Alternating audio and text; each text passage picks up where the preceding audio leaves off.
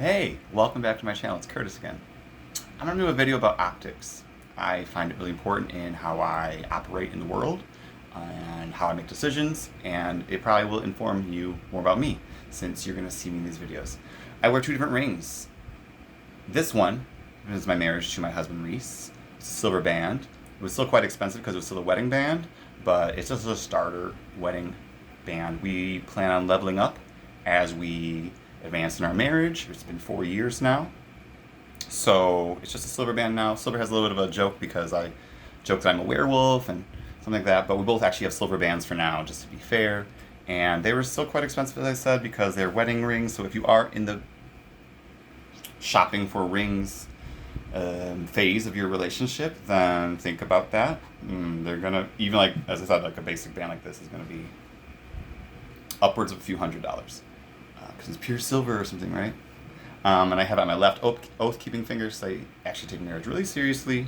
And it's not only like a tradition, but it's a legal document, right? A legal agreement. This ring is going to make some people who are Christians think that it's about Satan. And for them, that's their name for this being. For a person who's Jewish, there's a book called Enoch that describes a story of a being named Azazel.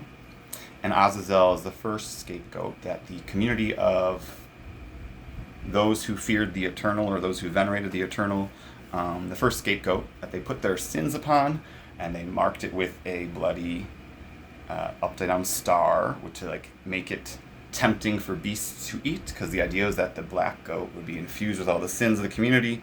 Star carved on the head, it would be sent into the wilderness, and it would be devoured, and therefore the sins of the community would be absolved.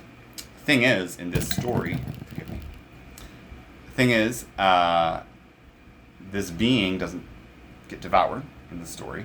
In fact, it goes on to learn how to take care of itself and defend itself, and then, I guess, like, kind of through the story, it insinuates that it kind of, like, maybe morphs, or maybe, like, evolves, we'll say, into a man-like being, named Azazel, and that being then returns to humanity and teaches humanity medicine and archery, and also the power over death. Now, for me, as a person who grew up Christian, like, that sounds weirdly both like Lucifer and Jesus, and Christian like, that's Lucifer! But also, like, in Judaism, we don't have just one being that's, like, over all of evil, because God didn't, forgive me, the Eternal didn't, like, make the world that way. Like, there are lots of beings that could tempt you. It could be your husband, it could be your mom, it could be your, like, your best friend that tempts you. But it's you who makes a choice, right? And that's kind of like a big thing in Judaism as well. Like, it's not, we don't blame our sins on the devil. It's really that's like the whole idea of a scapegoat, right? Didn't work. you didn't get devoured, right? Anyway, I believe in other beings that science can't see, and those could be gods, those could be angels, demons, different names. Islam has beings that Disney then turned into genies, right? So there's that idea. Other religions like Shinto have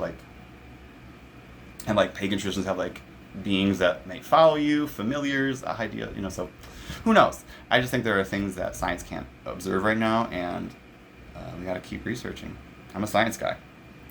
So those are two rings. They're both silver. Against the like werewolf joke. Ha ha ha.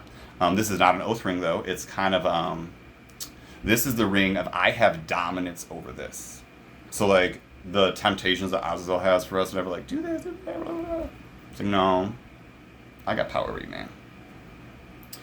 man. Gold chain. It's my husband's father's. My husband's father passed to the eternal. When we started dating, I didn't get a chance to meet him in person.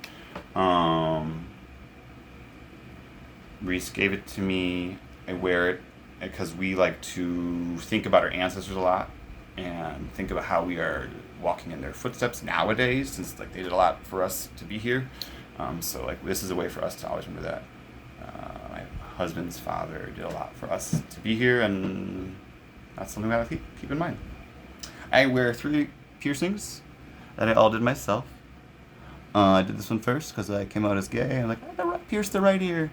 Then I became a drag queen. I did this one so I could have matching earrings because the clip-ons they're not good when you dance. And then this one is when I started dating my husband. I pierced my ear because I like metal, and I think it's like a good way to show commitment and all that.